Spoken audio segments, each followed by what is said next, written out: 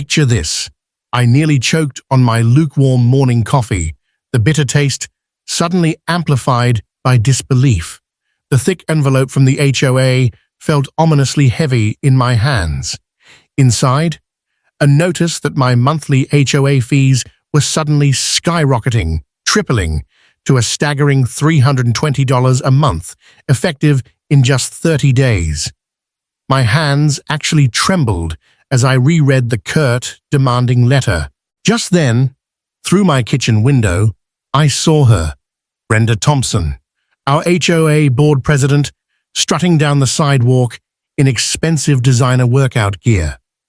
She paused, seemingly inspecting everyone's front yards with that perpetually disapproving frown etched onto her face. Incredibly, she stopped right at my property line, whipped out her phone, and started snapping pictures of my rose garden, shaking her head with theatrical disgust. Only last week, she'd left a passive-aggressive note claiming these very roses, the same ones that had won the county gardening competition 3 years running, were somehow unsightly and reducing property values.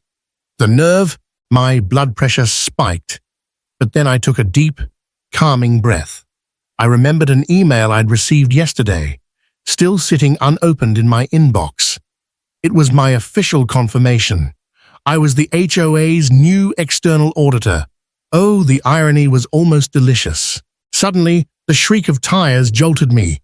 Linda Miller, Brenda's right-hand woman on the board, was orchestrating the towing of old Mr. Garcia's grandson's work truck. The poor kid had just been helping install a much-needed wheelchair ramp for his grandfather. Apparently, according to Linda's loud, obnoxious phone conversation echoing across the street, the truck was an eyesore. Unbelievable. Carefully, almost reverently, I tucked the fee increase notice into a folder in my home office. It nestled right beside my certified auditor credentials and the stack of questionable HOA financial statements I'd been quietly collecting over the last 6 months. The numbers hadn't added up for a long time. Mysterious new landscaping charges appeared monthly, even as our community garden withered from neglect. Vague maintenance fees were billed for repairs that seemingly never happened. And now this, a massive fee hike justified only by fuzzy explanations about property improvements. Later that morning, walking to my mailbox, I overheard Brenda bragging loudly to another board member about her brand new Tesla and an upcoming lavish kitchen renovation. Strange, considering whispers around the neighborhood were that she'd just lost her high-paying job at the real estate agency last month. Not that I was supposed to know that, of course, but working in financial auditing gives you a peculiar knack for noticing those kinds of glaring discrepancies. My neighbor Megan hurried over, her face pale and etched with worry. "Did you get the notice too?" she whispered, nervously glancing over her shoulder, as if expecting Brenda to materialize out of thin air. "They're threatening to put a lien on my house if I can't pay the increase. I'm a single mum, Mark. There's just no way I can afford this." Her voice cracked, tears welling in her eyes. Just then, Brenda's gleaming white Tesla purred silently up beside us. "Ladies' house?" she called out, her voice dripping with fake sweetness through the open window. "I certainly hope you're discussing all the exciting new changes coming to our wonderful community. We're installing a state-of-the-art security system next week, you know. Those cameras will help us better monitor property violations." Her eyes lingered pointedly on my award-winning roses for a beat too long before she drove away, leaving a trail of expensive perfume and unease. I forced a smile, knowing exactly what kind of security system she meant. I'd seen the $50,000 invoice buried in last month's financial records. The company providing it, owned by her brother, charging nearly 3 times the market rate. The same brother whose landscaping company somehow magically won every single HOA contract without any competitive bids. The corruption was practically waving hello. Walking back inside, a newfound resolve hardening within me, I pulled out my laptop and opened my work email. There it was, official confirmation, external auditor appointment, Oakwood Estates, HOA. My hands weren't shaking anymore as I typed my acceptance reply. Brenda, in her smug little kingdom built on deceit, had absolutely no idea she was about to face the first real audit this HOA had seen in 5 long years. A hesitant knock at my door startled me. It was Mr. Garcia, leaning heavily on his cane, clutching a freshly issued violation notice. "They're making me tear out the ramp," he said, his voice trembling with a mixture of anger and fear. "The one my grandson just finished building. They say it doesn't match the neighborhood aesthetic. They banned my grandson's truck mark. How will I even get to my doctor's appointments now?" My gaze drifted past him towards Brenda's house, where a team of workers was noisily installing a massive, ostentatious, and undoubtedly unapproved fountain right in her front yard. Beyond that, I could see Linda Miller, Brenda's crony, meticulously measuring my rose bushes with a tape measure, violation notebook already in hand. It was time to start taking my own pictures. "Don't worry, Mr. Garcia," I said, my voice firm as I helped him onto a chair on my porch. "Things around here are about to change. I promise you. Would you mind telling me everything about these violations? I'd like to document it all." I pulled out my phone and discreetly started the voice recorder, just as Brenda's fountain workers accidentally sent a large crack spiderwebbing across her pristine driveway with their heavy truck. Funny, I thought grimly, how that particular violation would likely never make it into the official HOA records. I just needed to stay quiet, play my part for 7 more days. 1 week. 1 week until my first official audit meeting, where I'd finally have legitimate access to every financial record, every secretive board decision, every vindictive violation notice from the past 5 years. Brenda and her crew had constructed a precarious house of cards right next to my rose garden, utterly oblivious that I now held the evidence the strong wind needed to bring it all crashing down.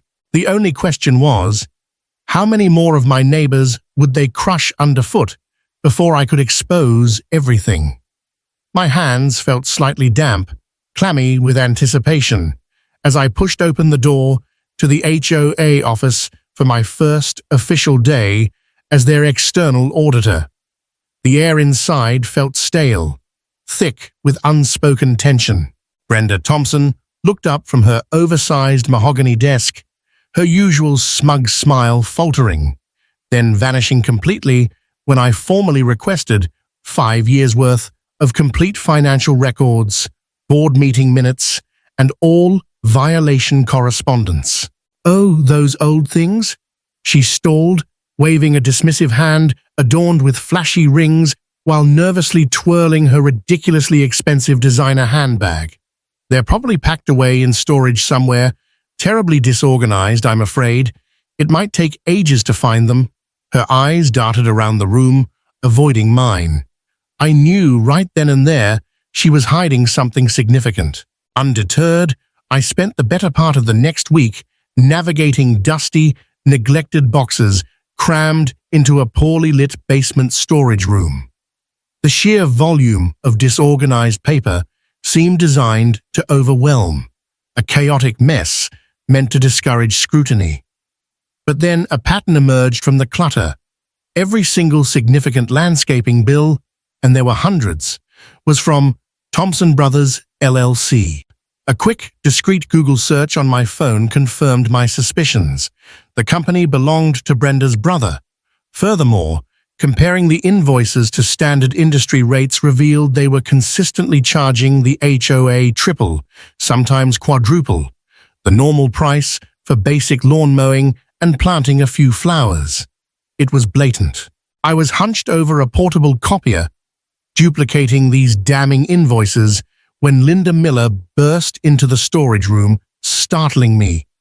"What are you doing down here so late?" she snapped, her eyes immediately trying to peek at the papers in my hand. Calmly, I straightened up and flashed my official auditor badge. I watched with grim satisfaction as the color drained from her face, leaving her looking pale and suddenly uncertain. Predictably, retaliation followed swiftly. That night, I found 3 separate violation notices stuck to my front door. One cited my garbage can for being, I kid you not, 1 inch too close to the curb. Another claimed a barely visible hairline crack in my walkway was a significant hazard. The pettiness was almost comical if it weren't so clearly aimed at intimidation. The next morning, digging deeper into payment records, I unearthed something even more audacious. A $50,000 payment flagged as emergency tree removal from the previous summer. But I distinctly remembered that summer. There were no major storms, no fallen trees threatening homes. Puzzled, I pulled up historical Google Maps satellite images of our neighborhood from that period. Just as I suspected, not a single large tree was missing. Not one. I started cautiously asking neighbors about it, framing my questions casually.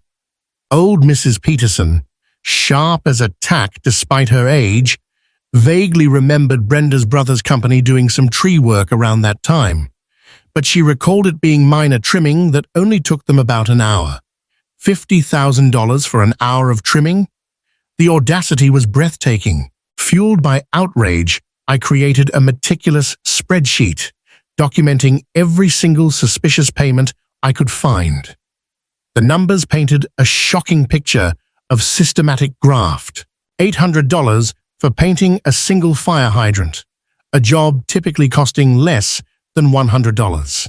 $200 monthly retainer for specialized security patrols that absolutely no resident had ever witnessed.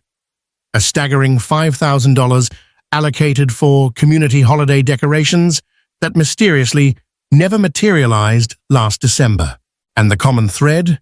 Every single grossly overpriced contract, every questionable payment, went directly to companies owned by or closely connected to Brenda, Linda, or their immediate families and friends.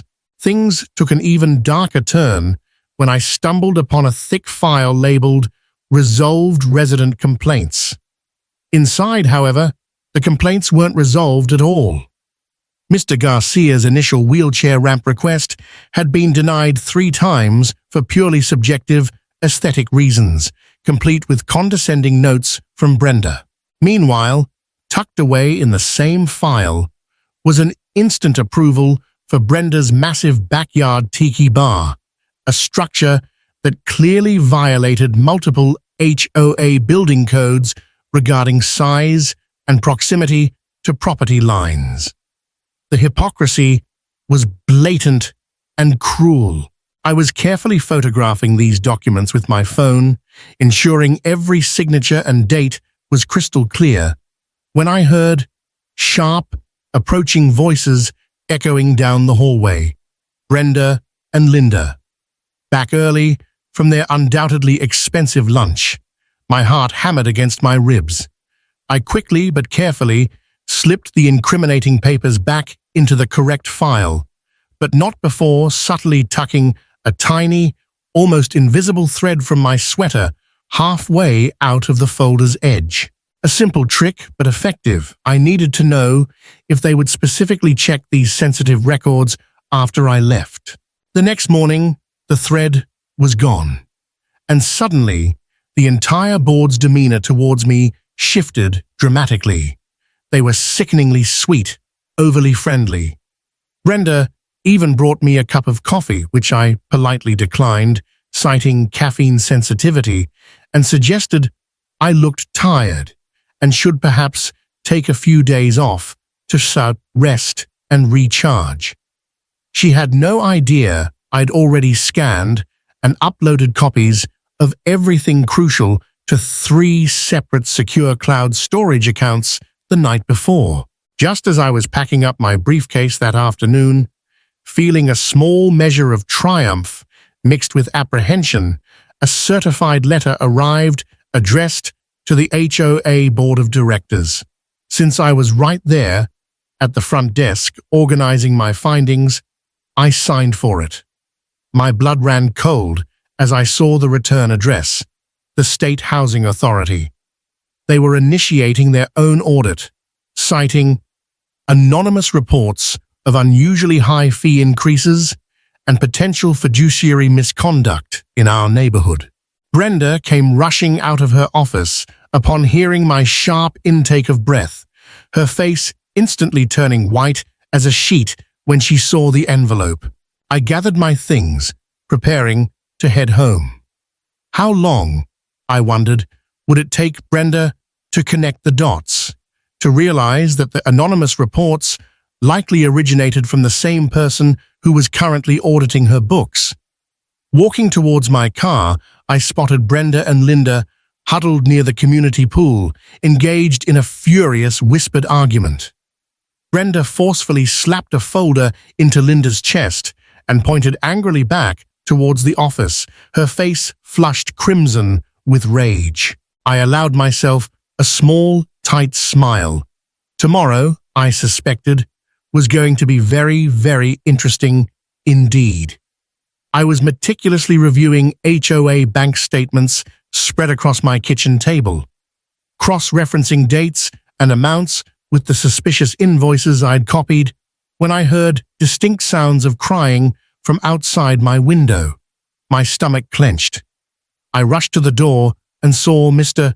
Garcia, my frail 78-year-old neighbor, sitting helplessly in his wheelchair at the bottom of his newly built front steps. He was clutching a bright red violation notice, his shoulders shaking. "Mark, they're fining me $5,000 for my wheelchair ramp," he sobbed, his weathered hands trembling uncontrollably as he held up the paper. "My son built it just last month when I came home from the hospital. I can't even get into my own house without it."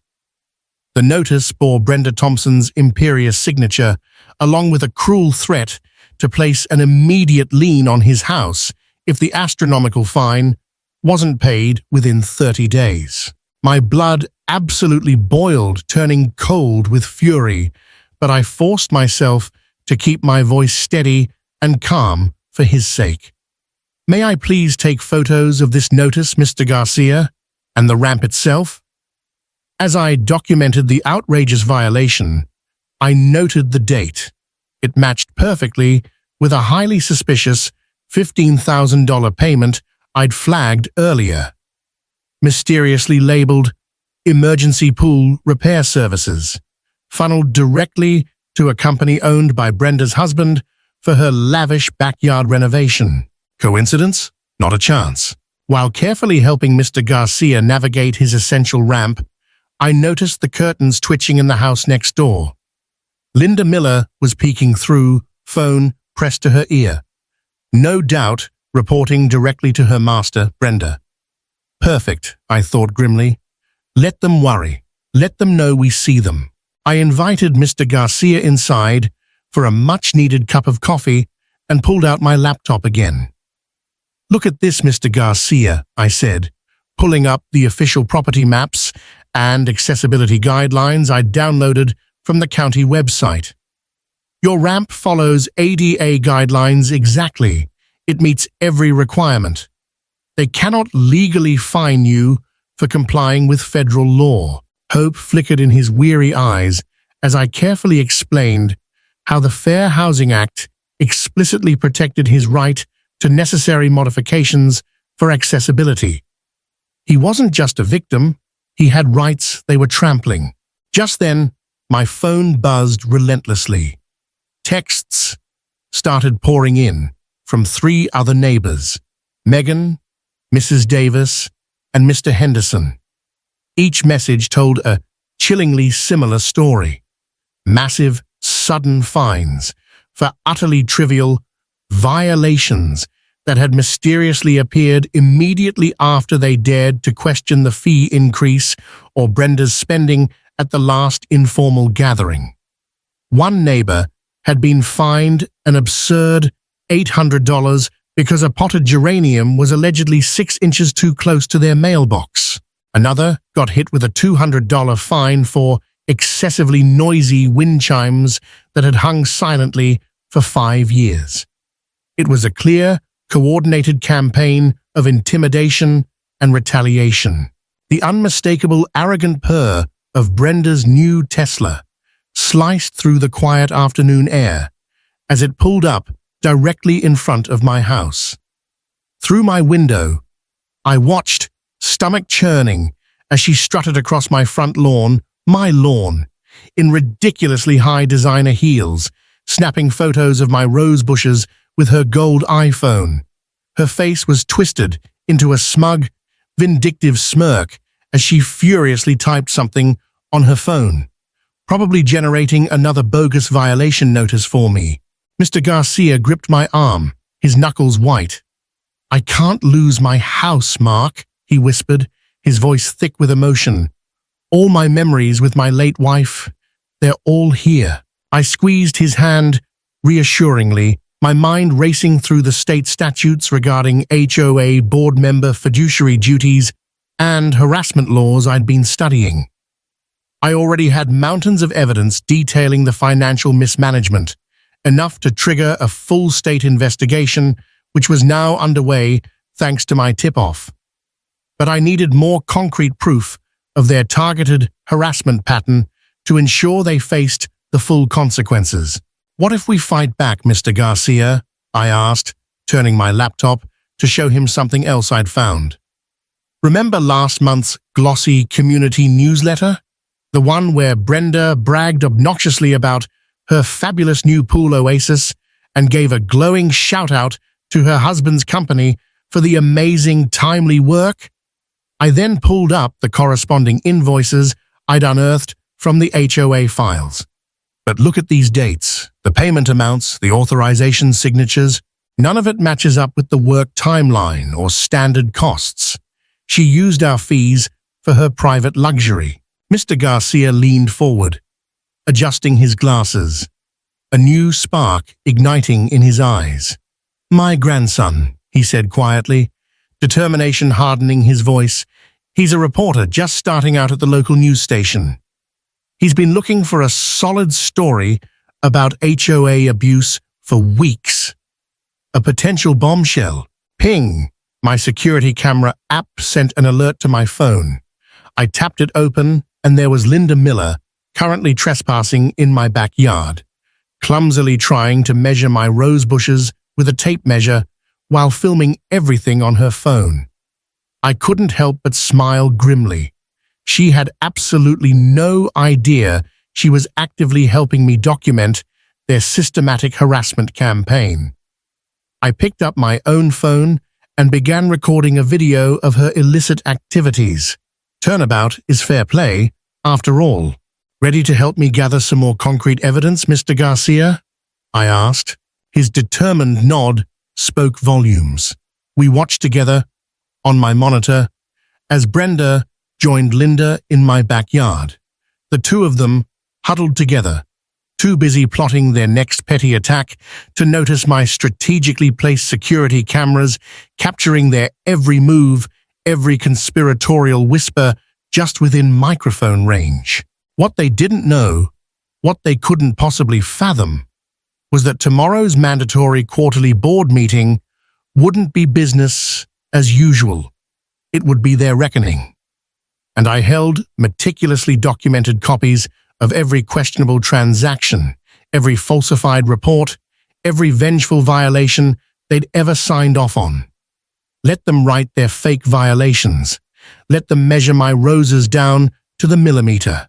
Each desperate, vindictive action was just another nail hammered securely into their own corrupt coffin. I helped Mr. Garcia back to his house just as the sun began to dip below the horizon, painting the sky in hues of orange and purple.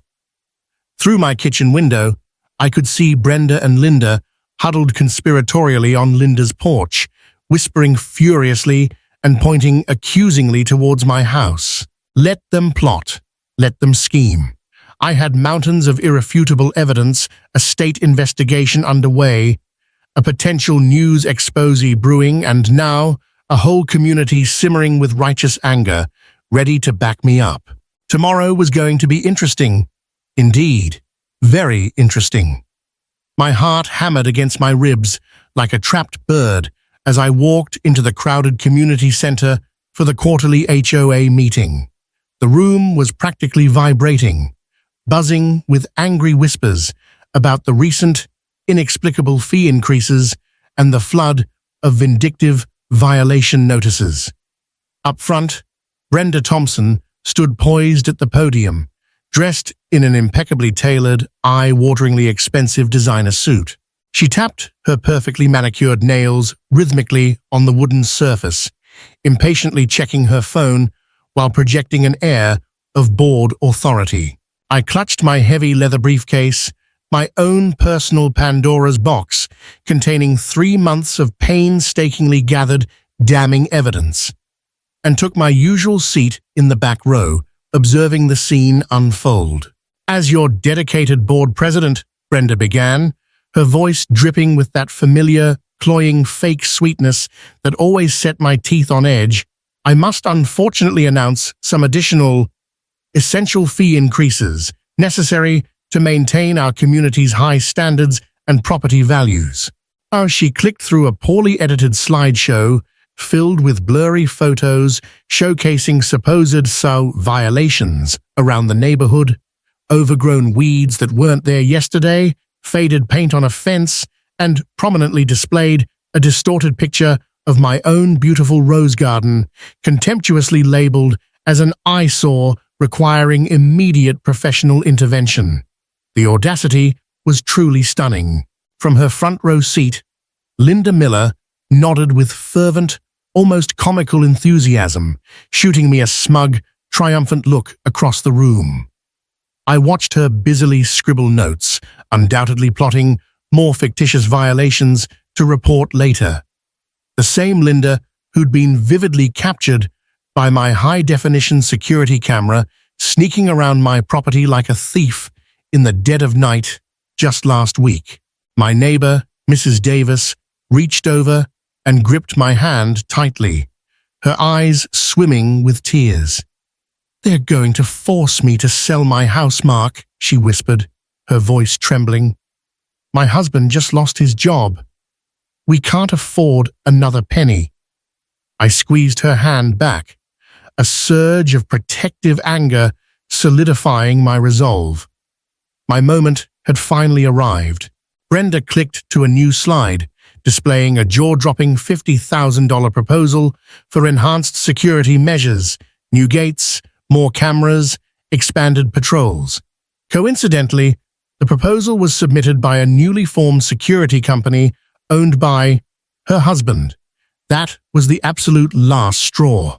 I stood up abruptly, my chair scraping loudly, jarringly against the worn linoleum floor. The angry buzzing in the room instantly ceased. Every head turned towards me. Absolute silence descended. "Before we even consider voting on any further increases," I announced, my voice ringing out, clear and steady despite the adrenaline coursing through my veins, "I believe I need to make an important announcement." I walked purposefully towards the front of the room, pulling out my official state-issued auditor badge and holding it high for everyone to see. "For the past 3 months," I declared, locking eyes with Brenda, "I have been serving as your HOA's external auditor, formally appointed by the State Housing Authority following numerous complaints." Brenda's meticulously made-up face turned a ghastly shade of white. Beside her, Linda's jaw dropped, and the coffee cup she was holding slipped from her suddenly nerveless fingers, shattering on the floor with a loud crash. No one moved a muscle to clean it up. Swiftly, I connected my laptop to the overhead projector, the screen flickering to life. "My audit I continued, my voice amplifying in the stunned silence, has uncovered irregularities. Specifically, I have documented over $800,000 in questionable, unsubstantiated, or potentially fraudulent transactions over the past 2 years alone. My first slide showed Brenda's own signature, scrawled across multiple large invoices from companies that upon investigation either didn't exist or were merely P.O. boxes. This included over $200,000 billed for extensive landscaping services from Thompson Brothers LLC, her brother's company, for major work that demonstrably was never performed. The room erupted in shocked gasps and angry mutters. Brenda, recovering momentarily, lunged towards my laptop as if to physically stop the presentation. That's preposterous, she sputtered. I calmly stepped back, clicking to the next slide. I have time-stamped satellite imagery proving conclusively that no significant landscape changes occurred during the periods these massive invoices were submitted and paid, I stated coolly. I clicked again, displaying side-by-side comparisons. More gasps rippled through the crowd. I continued relentlessly, clicking through slide after slide of damning evidence. Grossly inflated invoices for minor repairs, HOA credit card statements showing lavish personal expenses, spa days, designer clothes, expensive dinners, disguised as board operational costs, records of suspicious bank transfers, funneling HOA funds into accounts linked directly to Brenda and Linda. That's all lies, fabrications, Brenda finally shrieked, her carefully constructed composure shattering completely. I have managed this community perfectly for 15 years. Who are you, she spat, pointing a trembling finger at me. To question my authority, she desperately turned to Linda for support, but Linda was already inching silently, crab-like, towards the nearest exit, avoiding eye contact with everyone. My next slide hit them like a physical blow. Crystal clear security footage stills showing Brenda and Linda themselves entering the HOA office furtively at 2 a.m. just last week, carrying empty boxes and later leaving with them full. The state investigators, I announced loudly, already have copies of everything presented here tonight, including this footage. They are particularly interested in the clear pattern of selective enforcement, financial mismanagement, and personal enrichment. An elderly resident, emboldened, stood up shakily, pointing his cane directly at Brenda. Is this why you fined me thousands for my medically necessary ramp while getting instant approval for your own unauthorized pool renovation with our money? Suddenly, the dam broke. Others jumped to their feet, voices rising in anger, sharing their own stories of harassment, intimidation, and unfair fines. The room transformed from quiet shock to righteous fury. Brenda's face twisted into a mask of pure rage and panic as she realized her corrupt empire was imploding around her in real time. She snatched her designer purse from the table and made a desperate dash for the main door, nearly bowling over Mr. Garcia in his wheelchair in her haste. But her escape was cut short. Two stern-looking individuals in plain business suits who had been standing unnoticed near the entrance calmly stepped forward, blocking her path. Mrs. Thompson, one of them said, quietly but firmly, holding up an official-looking badge. We're from the State Housing Authority's Investigative Division. We have a few questions we'd like to ask you regarding certain financial discrepancies. Brenda froze, trapped. I turned back to face the stunned, silent residents. This meeting, I said, my voice firm but kind, isn't over. Far from it. We, as a community, have a lot of work ahead of us to restore transparency, accountability, and basic fairness to our neighborhood.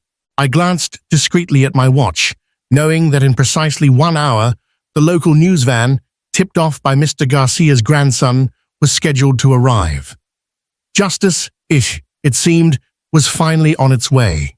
What I didn't know, couldn't possibly have guessed in that moment of seeming victory, was that Brenda Thompson, cornered and desperate, had one more devastating, vindictive trick left up her sleeve, one that would test the resolve of our entire community. My Monday morning began abruptly, not with the gentle aroma of coffee, but with sheer, heart-stopping panic at precisely 6 a.m. I rushed outside in my pajamas, the cool morning air doing nothing to calm the frantic pounding in my chest. My driveway was empty. My car, the reliable sedan I'd parked in the exact same spot for 3 peaceful years, was gone. The curb bordering my driveway, however, sported a fresh, garish coat of bright yellow paint, still looking suspiciously wet in the dawn light, marking it as a no-parking zone. My mind raced, instantly suspecting Brenda's devastating trick. I scrambled back inside, pulling up my security camera feeds on my computer. What I saw made my blood boil. The time-stamped footage clearly showed Brenda and Linda skulking around like delinquent teenagers pulling a destructive prank at 3 a.m. Linda nervously kept watch, while Brenda, with surprising dexterity in her expensive yoga pants, meticulously painted the curb yellow. Then, with a flourish, she slapped a counterfeit violation notice onto my front door. Just an hour later, the footage showed their known associate, Tony from QuickTow, hauling away my car while Brenda and Linda watched snug and smug from inside Brenda's Tesla parked just across the street. Taking deep, steadying breaths, I recalled my lawyer's primary instruction. Document absolutely everything. I grabbed my phone and went back outside, methodically snapping pictures, the still tacky yellow paint, my empty driveway from multiple angles, close-ups of the distinct tread patterns from their designer sneakers clearly imprinted in the damp morning grass near the curb. The neighborhood was eerily quiet, still asleep, except for Mr. Garcia. He wheeled himself over cautiously, his face grim. "Mark, look what else they were up to last night," he whispered, holding up his own phone. The shaky, nighttime video showed Brenda and Linda moving stealthily from house to house, plastering similar bogus violation notices on the doors of every single resident who had dared to speak out or even applaud during the meeting's dramatic conclusion. The footage even captured them deliberately knocking over Mrs. Peterson's mailbox, the sharp, retired judge who had relentlessly grilled Brenda about the missing funds. This wasn't just retaliation against me, it was a scorched earth attack on the entire community dissent. I immediately called the police non-emergency line to report the illegal towing and vandalism. But Brenda, ever calculating, had beaten me to it. She had already filed multiple counter-complaints about unauthorized vehicles creating neighborhood hazards, attempting to muddy the waters. The young responding officer initially seemed bored, ready to dismiss it as a typical HOA squabble, until I calmly presented my official auditor credentials and played back the crystal-clear security footage of Brenda and Linda painting the curb and orchestrating the tow. His eyes widened noticeably, and he began taking copious, detailed notes. As the morning wore on, more neighbors emerged, discovering Brenda's nocturnal rampage. The Johnsons found their award-winning front garden, a source of pride for the entire block, often featured in local real estate photos, inexplicably trampled and destroyed. The Patel children were in tears because someone had forcibly removed their city-approved basketball hoop from their driveway overnight. Without exception, every single household that had questioned the board's authority at the meeting found themselves targeted by some form of malicious violation or vandalism. Just as I was dialing my lawyer's number, my phone began buzzing incessantly. It was a group text chain ignited by panicked homeowners. Linda Miller was currently going door to door, brazenly telling everyone I was the one under investigation by the state for embezzling HOA funds. She was waving around official-looking documents, clearly forgeries, lacking any proper letterhead or signatures, trying to slander my name and discredit my findings. The lies were escalating, becoming more desperate and dangerous. But Brenda and Linda had severely underestimated our community's resilience. Instead of cowering, the residents mobilized. By noon, I had helped set up a secure, shared online folder. Neighbors flooded it with their own photos, videos of Linda's slander campaign, recordings of past harassment incidents, and detailed written accounts of their experiences. Brenda didn't realize it, but her vindictive rampage had instantly transformed our quiet suburban enclave into a highly motivated, collaborative team of citizen investigators. Even teenage Billy from down the street pitched in, sharing incredible drone footage he'd captured weeks ago, showing Brenda's brother's landscaping company illegally dumping yard waste in our protected community green space late at night. The absolute final straw, however, came later that afternoon. Sarah, brazen as ever, posted crudely made signs around the community pool and clubhouse calling for an emergency meeting to vote me out of the neighborhood entirely. The signs maliciously included details of my private employment history, riddled with inaccuracies and defamatory statements, information that could only have been obtained by illegally accessing my confidential personal records. I took high-resolution photos of the signs. They thought they were cornering me, but they had just handed me concrete proof of privacy law violations, adding yet another serious charge to their rapidly growing list. That evening, I sat in my home office, the room illuminated only by the glow of my monitor, surrounded by a veritable mountain of evidence. Stacks of financial records, USB drives containing security footage, sworn neighbor statements, photos documenting property damage and illegal curb painting, printouts of the defamatory signs, and now, proof of serious privacy breaches. My hands shook slightly, not from fear, but from a potent mixture of exhaustion and righteous anger, as I meticulously compiled everything into a comprehensive digital package for my lawyer and the state investigators. Outside, I could hear the distinct purr of Brenda's Tesla cruising slowly past my house for the fourth time that hour. A blatant act of intimidation. Just then, my phone lit up with a message from an unknown number. The text was chillingly simple. Back off now, or worse things will happen. I took a calm screenshot, adding it to the ever-growing evidence file. They thought they were sending a terrifying threat. In reality, they had just delivered yet another piece of evidence, another strand for the legal web tightening around them. Looking at the boxes and digital folders overflowing with proof of their corruption and malice, I wondered what fresh hell tomorrow would bring, and how many more laws they would shatter in their desperate, flailing attempts to silence the truth. But one thing was certain. They had picked a fight with the wrong auditor and the wrong community.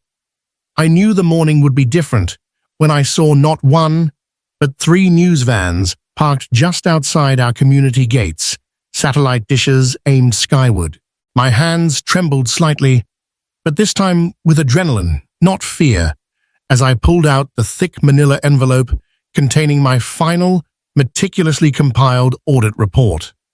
Inside lay hundreds of pages of irrefutable evidence, spreadsheets, invoices, photos, timelines, detailing exactly how Brenda Thompson and her cronies had systematically embezzled funds and terrorized residents for years. The sharp-eyed reporter from Channel 5 spotted me first, practically sprinting across the lawn. microphone extended. Mark, is it true?" she called out breathlessly. "Is it true the HOA board spent over $50,000 of resident fees on a lavish private party disguised as a community event at Brenda Thompson's house, an event none of the actual residents were even invited to?" I simply offered a small, knowing smile. Sometimes silence speaks volumes. Just then my phone buzzed. A text from Mr. Garcia. "Turn on the news. Brenda's brother. He's at the police station right now, confessing everything."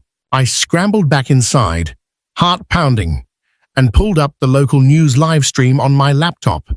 There he was, Tom Thompson, Brenda's brother, looking utterly broken, tears streaming down his face as he admitted to detectives, on camera, that he'd been creating fake landscaping and maintenance bills for years, funneling kickbacks to Brenda for work that was never performed. He sobbed as he told the police how Brenda had threatened to ruin his business, his life, if he didn't comply with her elaborate schemes to defraud the HOA. Suddenly, another alert popped up, my own security camera feed. I watched, jaw agape, as Brenda's white Tesla screeched recklessly into the HOA office parking lot. She bolted from the car and ran inside, still clad in her designer workout clothes, but her usually perfect blonde hair was a mess, her face pale and devoid of makeup. Through the camera positioned discreetly inside the office window, installed with the previous board's actual approval years ago, I could see her frantically clicking the mouse, attempting to delete files from the main HOA computer. I immediately called Detective Miller, the lead investigator assigned to our case after my initial reports. "She's in the HOA office right now, actively destroying evidence," I whispered urgently into the phone. "I'm watching her on the security feed." He calmly told me to stay put, keep recording, and that units were already en route. Moments later, Linda Miller showed up, carrying empty cardboard boxes, trying desperately to look casual. But the cameras caught her every move as she began furtively stuffing documents and files from the main filing cabinets, the ones Brenda hadn't managed to shred, into the boxes. I vividly remembered Linda bragging months ago about having her own key to the office because Brenda trusts me with everything. Her loyalty, it seemed, extended to aiding in obstruction of justice. My phone rang again. It was Megan, her voice choked with tears, but this time they were tears of vindication. "Mark, you were right about everything," she sobbed. "Brenda made me pay a bogus $2,000 fine last year because my daughter's small therapeutic swing set was supposedly an eyesore. I just found out from Tom Thompson's confession on TV they used that exact money for a spa day for themselves. The sheer, callous cruelty of it all was staggering." The flashing blue and red lights finally arrived, bathing the street in pulses of color, though the police approached silently without sirens. Brenda, alerted by the commotion, tried to make a run for the back door, but tripped spectacularly over her own ridiculously oversized designer handbag. As officers firmly placed her in handcuffs, she began screaming hysterically, "Don't you know who I am? My husband plays golf with the mayor." Ironically, the mayor himself was already standing grimly on the sidewalk, having been alerted by his staff, watching his former friend's humiliating arrest with a look of utter disgust. Linda Miller, caught red-handed, trying to stuff stolen documents into her gym bag behind the office dumpster, immediately tried to blame everything on Brenda. "I was just organizing. She made me do it," she claimed frantically. But the undeniable security footage of her midnight escapades and current actions sealed her fate. Nobody believed her anymore. More neighbors poured out of their homes, drawn by the commotion, watching the drama unfold. Mrs. Peterson, whose beloved garden had been vandalized, stood calmly recording everything on her phone.